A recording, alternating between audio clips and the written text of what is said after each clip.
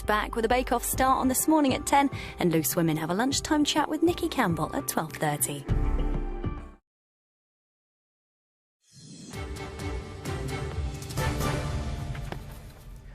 Good evening. We come on air tonight with some important news about the health of the King. Buckingham Palace has just announced that King Charles has been diagnosed with cancer. The palace says it was picked up during his recent visit to hospital for a procedure on his prostate. The King will stand down from royal duties in public whilst he undergoes treatment and says he hopes to return as soon as possible. So here is that statement in full from Buckingham Palace. And it reads as follows. During the King's recent hospital procedure for benign prostate enlargement, a separate issue of concern was noted. Subsequent diagnostic tests have identified a form of cancer. His Majesty has today commenced a schedule of regular treatments, during which time he has been advised by doctors to postpone public-facing duties.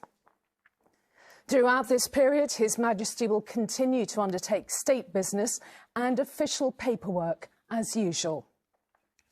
The King is grateful to his medical team for their swift intervention, which was made possible thanks to his recent hospital procedure. He remains wholly positive about his treatment, and he looks forward to returning to full public duty as soon as possible.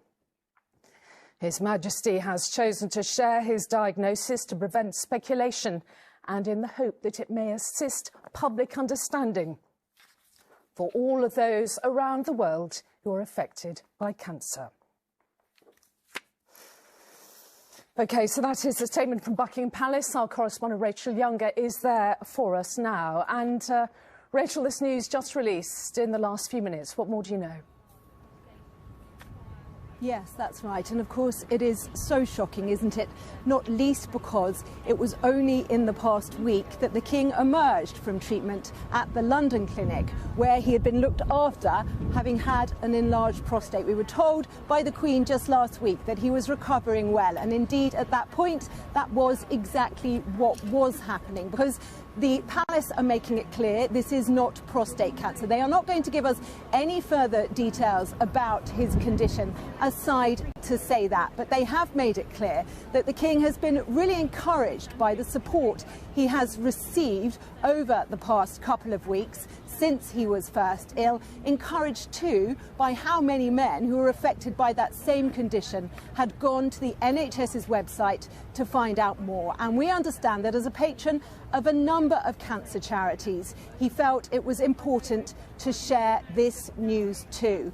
Although, of course, it was only 9 months, wasn't it, till he stood on the balcony behind me being crowned king. And this will be immensely difficult for him, I think, because he made it clear, didn't he, that what he wanted to do was offer the country some stability in a time of turbulence, both domestically and internationally. And this makes it difficult for him to do that, not least, of course, because it comes at a time when his son, Prince William, is also taking a step back from royal duties, because his wife, the Princess of Wales, is recovering from abdominal surgery. So in terms of who will take on those public duties that he won't be able to do, it will fall largely, we understand, to his wife. She continued with her duties last week, even as he was recuperating, opening a cancer help centre just on Friday at the Royal Free Hospital in London, at a point where we understand she knew about his diagnosis but wanted to continue with that work. And that is the message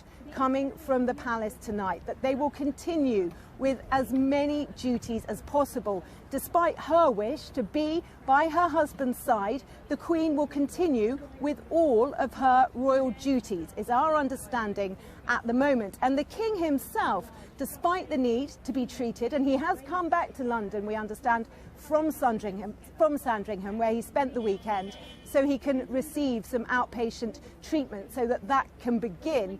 he still hopes to be able to continue with the business of red boxes, for example, some private meetings that will be on medical advice, even possibly including his weekly meeting with the Prime Minister, if his physicians tell him that he is able to maintain that kind of contact. When it comes to investitures, the giving out of honours, state visits, it's too early for the palace to begin to guide us as to what will happen with that, although they have said that despite his commitments to his wife and his young family, Prince William may come and step up for his father when needed. And I think the underlying sense tonight, amid the enormous shock of this, is the fact that the King is determined, he says, to return to public duty as soon as he can, and that he is wholly positive about his condition and has thanked all of the medical staff who've given him, he says, such expert care and advice so far. All right, Rachel Younger at Buckingham Palace, thank you. And if you are just joining us this evening, there is an announcement from Buckingham Palace that King Charles has been diagnosed with cancer.